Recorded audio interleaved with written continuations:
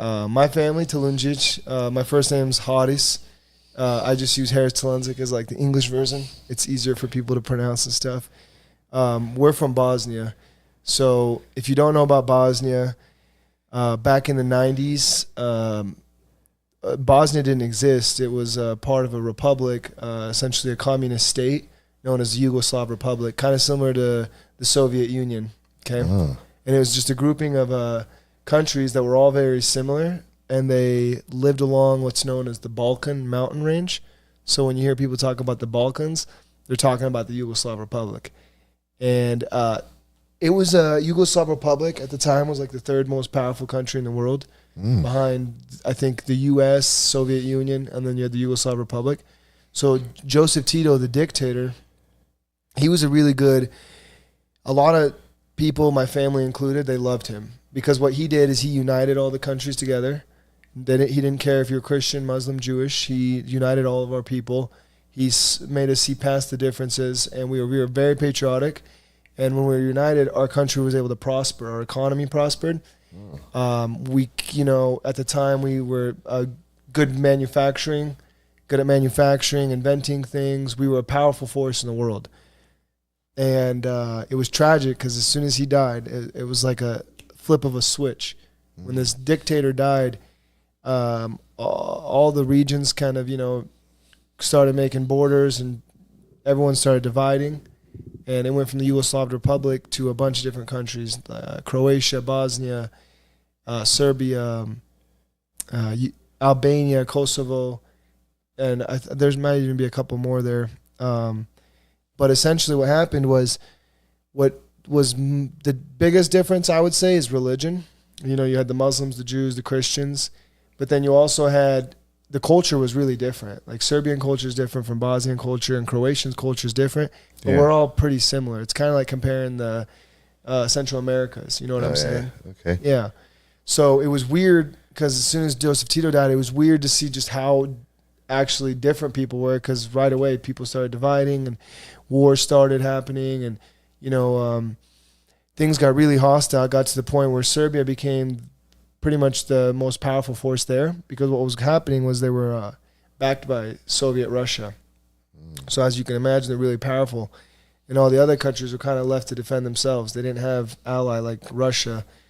So Serbia was able to become really powerful, and they started invading countries. And what happened where my family's from, Bosnia, Serbia committed a genocide. It was the second biggest genocide in Europe since the Holocaust. And to this day, it's the second biggest genocide that's happened on European soil since the Holocaust. And so they committed a Muslim genocide. My family's Muslim. I got a little brother. His name's Muhammad. So I don't look Muslim, but I was born Muslim. My family's been Muslims for, thousands of years. So what happened was Serbia started committing a genocide on Bosnian Muslims, or otherwise known as Bosniaks. And my dad actually went from being a really successful professor. He was a physics and mathematics professor in Bosnia. My mom was actually a student at that university. And he went from being a really successful professor to having to go fight in the war. As you can imagine, like a dude who's a teacher, he's not built for war. He's tough. Every Bosnian's tough.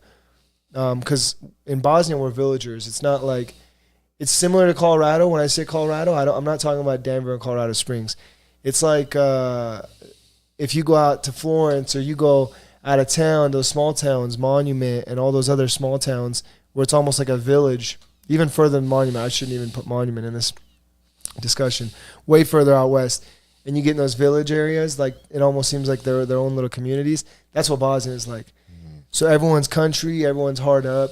They're conservative, like values, traditional values. They're fundamental, hard dudes.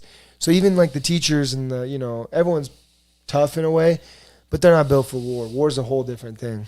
And my dad fought in the war, and to this day, we don't talk a whole lot about what he went through. He went through a lot, and pretty soon he found himself fleeing from Bosnia with my mom and us, and we moved to they moved to Saarbrücken, Germany, and that's where me, my older brother Adam, and my younger brother Muhammad, we all grew up. We lived there for about 4.5 years, 4 years. I don't know the exact time. And we got, basically, my dad was able to secure refugee status and move our whole family into the United States. And to do that was a whole mess in itself, because, you know, you had to be a prisoner of war if you were a man. They wanted to make sure you didn't fight in the war, this and that, you know, just for terroristic reasons and stuff. And my dad had to, you know, go through so many hurdles, man, to try to not fake, but be a different, you know, person to try to enter the U.S., essentially, because they weren't accepting every Bosnian. They wanted to make sure they were honest, sincere people.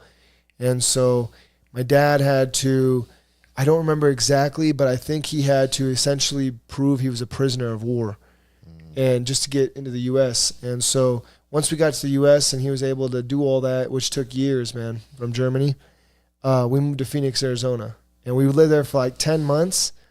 And we lived there in this apartment. I actually remember this vividly. I still remember everything in Arizona. It was so hot. My parents hated it. And they caught wind. I can't remember exactly how, but within a year, they caught wind of this huge meat factory in Nebraska. It's called, at the time, it was called,